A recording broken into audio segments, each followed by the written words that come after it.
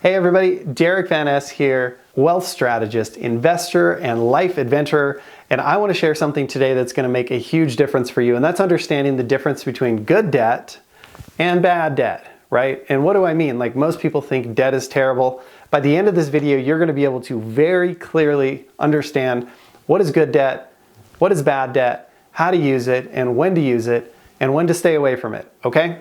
So, short thing here. Most people have been taught that debt is bad, especially if you're a listener to Dave Ramsey. Oh, pay off all your debt, you'll be free, nobody owns you. And I get it. That sounds like a really good idea, but think about this. If you never went into debt, you may not have a car, you may not have an education, you may not have a house, you may not have gotten married. Who knows what else you wouldn't have done in your life? You probably wouldn't have started a business if you're a business owner. So, debt isn't necessarily a bad thing. There is bad debt, and we're going to talk about that in just a minute. But I want to talk to you about the key distinctions between good debt and bad debt. But before we even get into that, I want to talk about when should you use debt and when should you skip it, right?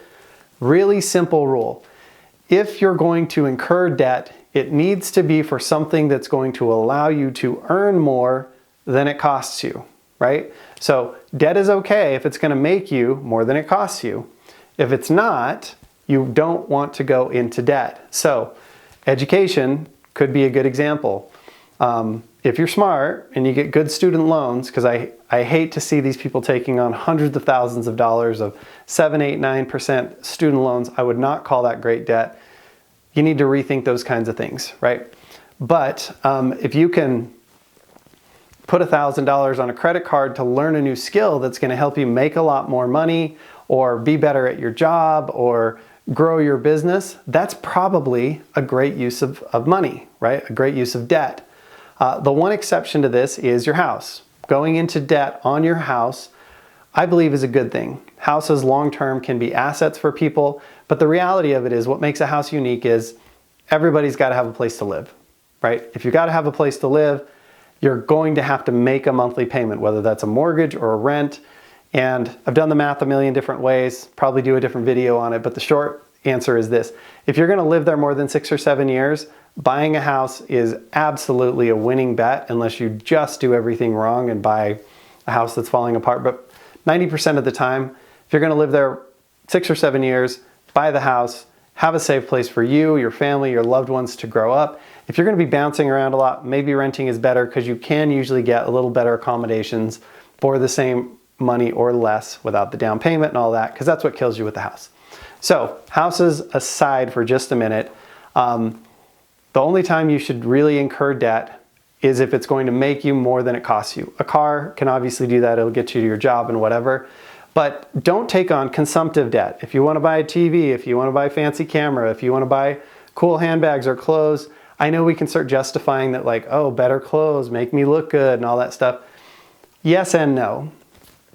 Don't just buy better clothes for the sake of better clothes. If you want to buy a suit or a specific dress for social engagements or for speaking or whatever, you need to be really honest with yourself. And that's the key with almost everything financially.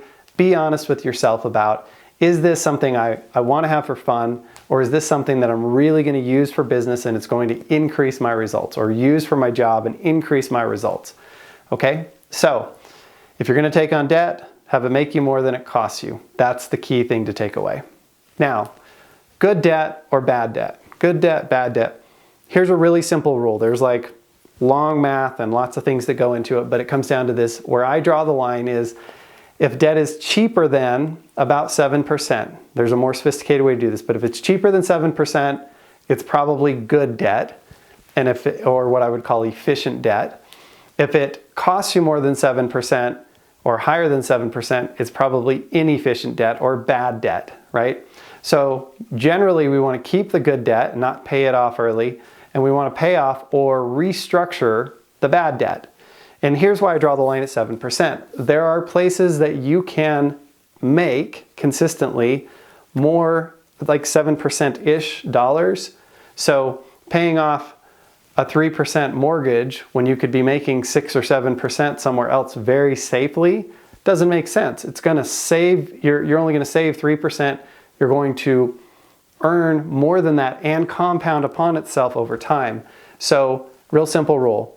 If it's more than 7%, it's bad debt. We want to figure out how to restructure that or rework it. So what do I mean when I say restructure your bad debt? A couple things you can do. You can roll expensive debt into cheap debt. So that might be something like if you've got a bunch of credit card debt, $30,000 of credit card debt, or like I had a group that I worked with, they had just remodeled their office and they had some credit card debt, and they also had a personal loan at like 9% plus credit card debt at 20+%. What they did was they had a bunch of equity in their house. They rolled all of that debt, it was about $40,000 or $50,000, into their mortgage payment. Now on the credit card and all the expensive debt, the payment was like $1,700 a month. On their mortgage, it was like $200 a month more to take that. And obviously they're paying it off over a long time, but now they've got $1,500 more dollars to take and utilize for their business, for their family, for their life, and to grow that money, right? So huge opportunity there. So for restructuring the debt, roll expensive debt into cheap debt. If you've got credit cards and you can roll them over to a 0% credit card, do that. Take the time. Don't be afraid to call up your credit card company and say, hey, I'm thinking about rolling some credit card debt over to you guys. Do you have any special offers?